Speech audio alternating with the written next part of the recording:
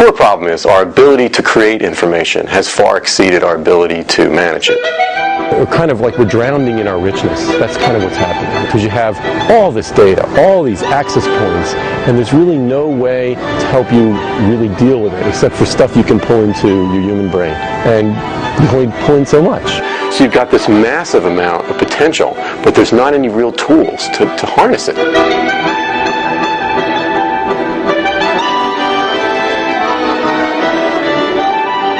We have so much stuff that we have to deal with, individually, as a culture.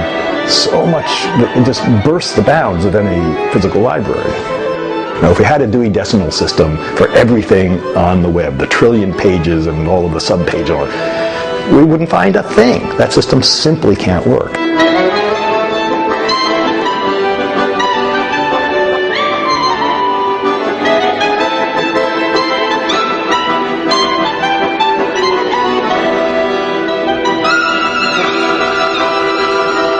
The amount of media that's available to the average user is a vastly much larger superset than anything that's ever existed in human history. If I was going to start a news business tomorrow, I would start a news business designed to produce not one new bit of news, but instead to aggregate news for individuals in ways that mattered to them. Google really was more important as the web was in millions of pages. Now we're entering a web that's going to be billions, well it already is, but it's going to be billions and billions of pages and soon trillions of pages, because a tweet is actually, every individual item is a page.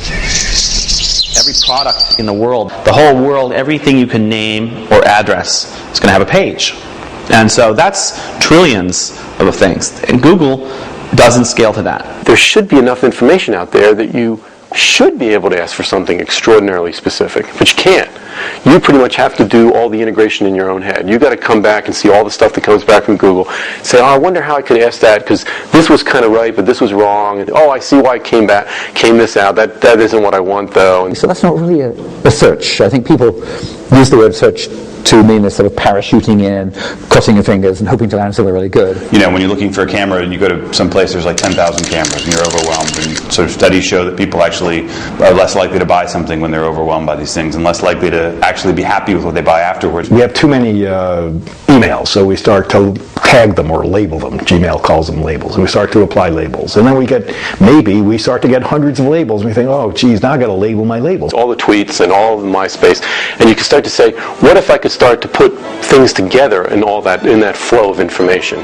And in order to do that, you need some structure. It's clear that something needs to be done with more structured data. It's like all the information might be out there. It's just if it's indexed in a really inaccessible form, you know, a lot of times it might as well not be out there, right? That is in many ways the problem of the age. Right? Content, as it turns out, is not king. We are always going to be filtering the filters that filter our filters that filter our filters. How do I find the right file? How do I know that all those files belong there? How do you integrate data? How do I keep up with all of these new sources of information? How do you filter things to create more value than you can currently get? That is what the semantic web could eventually promise to do.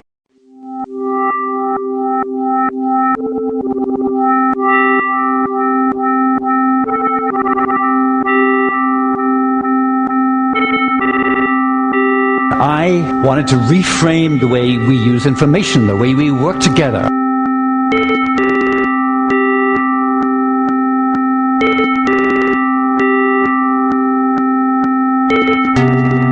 Now, 20 years on, I want to ask your help in a new reframing. I want you to put your data on the web.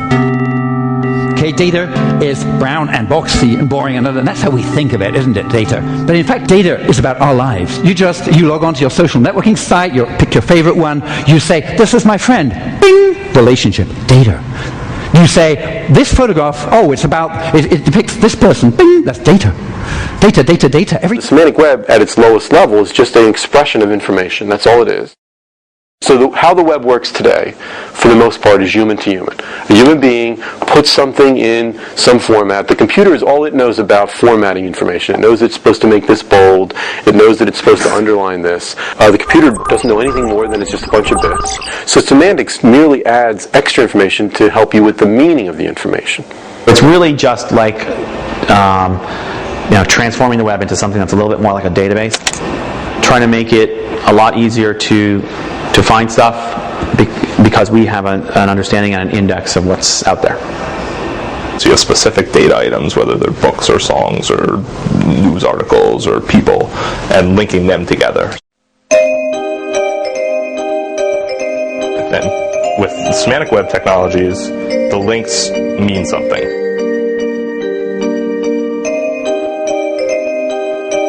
It's all about relationships. It's about relationships of one string to another string, or one number to another number. And if I have enough of those relationships, I start to build context, and context is what it's all about. If I said any kind of word, it's the context that surrounds the word that really gave you the meaning. What your brain has really done is connected that one word with all kinds of relationships. In a technical sense, is all the semantic web does is start to give all these relationships.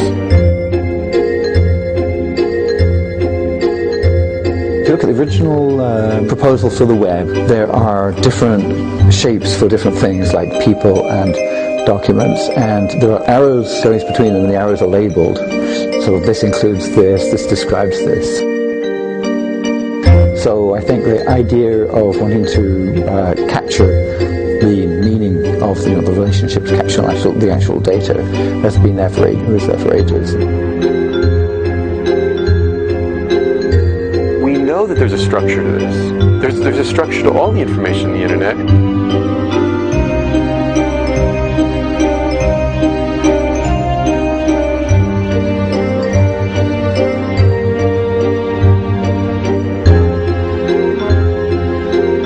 The reason there aren't too many criticisms of the semantic web yet is that it operates in its own bubble. I think I'm unusual in having 6 or 8 years ago gone out with a set of opinions that said this isn't working because it's not a good idea and it's never going to work. Semantic web is a word that began with a technical meaning. Now that word has morphed into a marketing term that's sort of abused and thrown around, and so I would almost argue to the extent that it's maybe not a useful word anymore. In terms of the semantic web, the idea is that everything is linked. I still like that idea. I think potentially that's a utopian idea to strive for. In an ideal world, if everybody was trained in database and knowledge representation technology, that's how we would do it. I've often joked that the semantic web is a witness protection program for AI researchers, right? That what the semantic web held out was the possibility that instead of making machines think like people, we can describe the world in terms that machines were good at thinking about.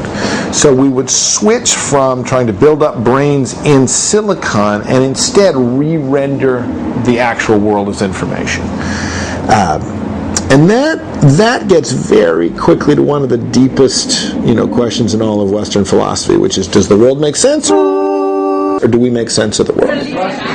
I don't think you can unambiguously describe the world. I don't think you can describe the world, or even large subdomains of the world, in a way that all observers, or even most observers, will agree with. Unlike in the old days where we had a card catalog, and if you had a million ways of sorting through the card catalog, you just had a big mess. Now we have computers, and we can do a million ways or a trillion ways of sorting through on demand. The notion that there is a single right way of categorizing that doesn't even occur to people, nor should it. I guess we're more on the skeptics, and although I wouldn't actually express it as a skepticism, I would say that we're enthusiasts for a particular piece of the semantic web, which some people are skeptical about, which is the sort of sloppy or scruffy semantic web. So the panel was a panel titled, "Does the Semantic Web Need Ontologies?" And everybody on the panel said yes. I think we're all unanimous about that. The semantic web does need ontologies. But this only makes me think of the following question. Is the Pope a Catholic? So that sort of is at the far formal end of the semantic web. I guess what we both believe more in is a little structure goes a long way if you combine it with, for example, a human being that has a lot of intelligence between his or her ears. I was in the audience, but they had a microphone for the audience, and I sort of got up and said, I'm going to dissent. No, the semantic web does not need ontologies. I know that there are some people who feel like the panelists, who feel that very strongly that ontologies are a must. I think most of us in this room disagree with David, and I think we need to show it. School analogy and take that to the playground and show we can do much more. So when you do parenting, there's only two people fighting unless the grandparents are at home, right? Okay. And they'll be fighting with you. But this is a whole community of 500 odd, 600 people who are fighting all about a baby called the semantic web. Right. I mean, we could all just sort of sit back and do the work that we like to do and not care what everybody else is doing. But we're believers in the potential of this semantic web thing, that some wonderful things can come out of it, and that makes us care how it's pursued.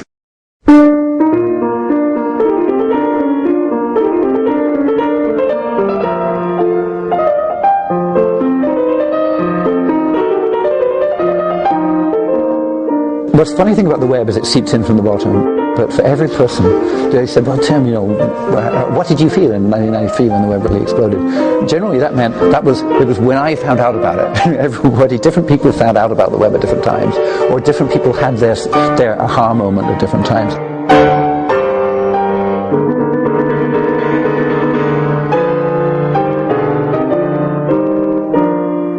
I think the World Wide Web, is a couple of different things. From a technology sense, it's some extraordinarily successful protocols and communication methods that mean that my web browser can go out to any web server in the world and ask for a web page and get it back and show it to me. From a more social sense, the web is Facebook and MySpace and blogs and news sites and it's all the things we do on the web. And I think it's similar with semantic web. The first step is evolution. The second step is revolution. When once there's enough good content out there, we can make some systems that can reason across the web and solve problems, answer complicated questions, make amazing discoveries and linkages between things. That'll be cool. That is off in the future. I have no idea what's going to happen, but in terms of the openness of the web and our ability to access it and sort of the fundamental features of the internet that made it the internet, what happens to those features depends upon economics and politics and culture and technology. And it could easily change in radical ways through an invention that somebody in a garage is inventing now. It's a platform. Just like the web, the idea of it is not that it should promote one particular sort of application. Just as the internet didn't promote a particular application, so I could design the web on it without asking anybody's permission. The same way, semantic web is sort of built on top of the web. It should just allow you to build whatever you like on top of it. What we can, at this conference, I think people can't imagine, because they're trying to make it work so much, they're not going to imagine what things people will be able to do with it once it's working and it's well deployed. Do you think you can imagine? I mean, do you? Nope, I can't. No, if we end up building all the things I can imagine, we'll have failed.